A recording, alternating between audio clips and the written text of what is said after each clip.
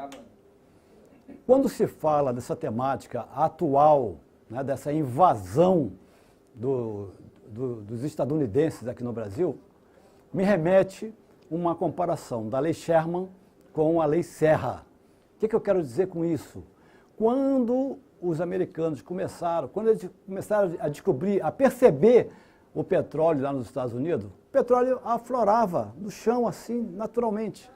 A primeira perfuração deles, inclusive, foi de 20 metros, para a gente ter uma noção de como se deu esse processo. E nessa exploração do afloramento, surge um nome que até hoje é um dos donos do mundo, porque eu sempre destaco 3 famílias. Para nós estudarmos qualquer tema internacional, nós temos que conhecer um pouquinho de 3 famílias. Família Rothschild, família Rockefeller e Morgan, a família Morgan. Se nós nos dedicarmos um tempinho para estudar essas 3 famílias, nós vamos entender um pouco do que está se passando no Brasil de hoje. Mas voltando para o afloramento, então o que Rockefeller falava para os produtores? Porque lá nos Estados Unidos é diferente, o subsolo é do proprietário da terra. Aqui no Brasil não, é da União. Então o petróleo aflorava e esses produtores pegavam as suas economias e investiam exatamente na exploração do petróleo. Rockefeller chegava e falava assim, vocês podem pegar as economias de vocês, a fortuna de vocês e investir tudo na exploração do petróleo. Só que isso não basta.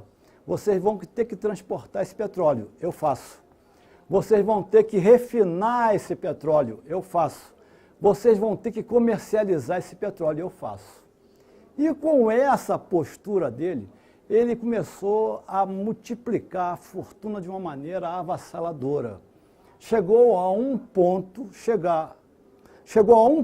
em que todos passaram a praticamente ficar nas mãos do Rockefeller. E essa fortuna tomou uma proporção tal que ele não admitia, porque com o passar do tempo ele começou também a explorar o petróleo e a quebrar todo mundo, uma quebradeira só. E ele era, segundo os relatos históricos, ele era altamente cruel nessa relação comercial. Né? Então eles chegam aqui, aí traz para nós hoje, eles chegam aqui e falam, o pré-sal é nosso e ponto. O que é que tem que fazer para o pré-sal ser nosso? Nós temos que dar um golpe no Brasil, tirar uma presidente que pode atrapalhar esse processo, tirar um partido que se dedicou aos trabalhadores, que se dedicou a todas as causas sociais, nós temos que tirar, afastar esse pessoal. Aí se pergunta, quanto custa afastar esse pessoal? Aí entram essas fortunas, entram as grandes corporações e falam assim, não tem preço, nós queremos o pré-sal. Ah, mas nós temos um outro grande entrave. Qual é o outro grande entrave? É a Petrobras. E por que entrave? Porque o presidente Lula, né, o meu presidente de coração, por sinal, ele chega e consegue aprovar uma lei onde 30%, apenas 30% é a obrigação, é o que a Petrobras nos contempla dentro desse processo, dentro da lei da partilha. E 70% para eles fazerem a festa. Eles não querem assim, eles querem um 100%. E não tem limite, não querem saber quanto custa eles terem esse 100%. E estão chegando lá. Tiraram a presidente legitimamente eleita, né? Tiraram os nossos parlamentares de cargos-chave, de ministérios-chave, e eles estão atropelando todo esse processo. Aí eu volto de novo lá para os estadunidenses e os empresários menores do que Rockefeller começam a pressionar o governo, no caso o governo Roosevelt, começa a pressionar o governo, por quê?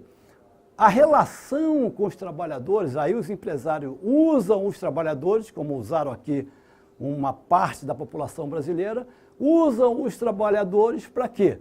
Para começar a protestar, para começar a contestar essa prática cruel com os trabalhadores, mas o foco, quem ia ganhar com todo esse processo eram os empresários, né? Os produtores, os exploradores do petróleo.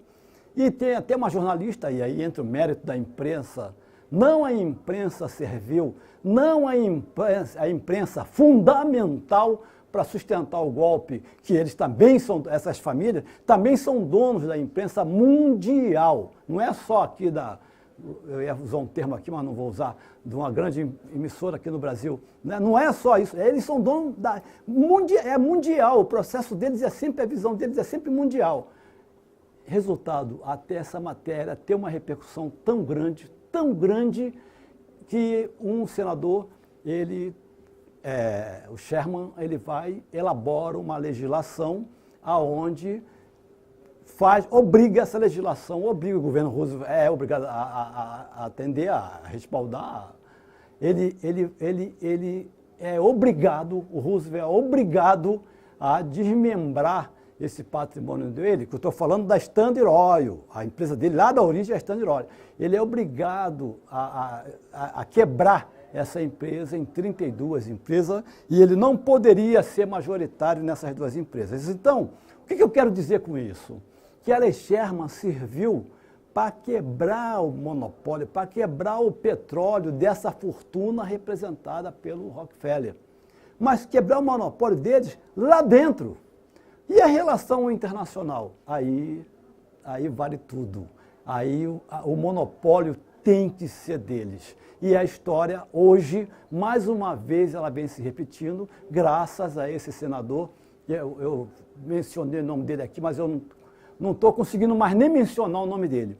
Esse senador, autor do PLS 131, ele vem e transforma toda a riqueza brasileira, que o pré-sal, os números já estão mais do que esgotados, ele transforma, ele vem num processo avassalador também, e eu tenho que repetir essa palavra, porque é a que representa melhor o nosso momento aqui, e passa de rondão lá no Senado e chega aqui na Câmara, e lá não teve audiências públicas para que nós, trabalhadores da Petrobras principalmente, pudéssemos defender a nossa empresa. Mas aqui na Câmara está tendo várias audiências públicas e nós estamos tendo o direito de expressar, e todos os companheiros nossos que estão vindo aqui para defender a Petrobras estão tendo uma competência fantástica, e às vezes me dá até uma certa preocupação de nós estarmos promovendo, dando conhecimento para eles,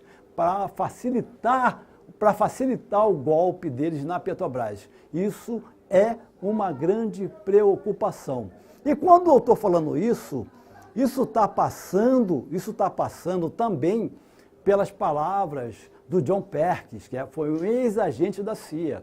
Quando ele nos esclarece, vídeos dele no YouTube, tem à vontade, quando ele nos esclarece que todos os governantes, todos os líderes mundiais que tentaram usar o petróleo para o seu povo, todos, sem exceção, foram assassinados.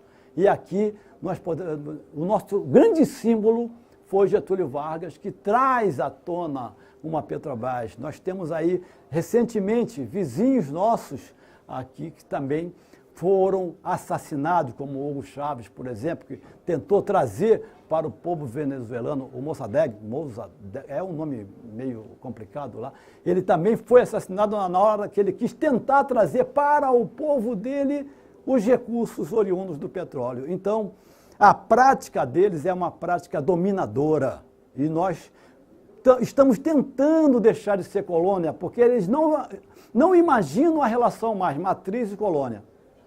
E nós podemos deixar de ser colônia caracterizada, por quê? Porque ela fornece matéria-prima e compra os produtos já com valores agregados. Nós estamos com todas as chances agora de deixarmos de ser colônia. Valeu. 10 minutos. Deu 10 minutos. Que é o limite aqui. Porra, isso tudo, é?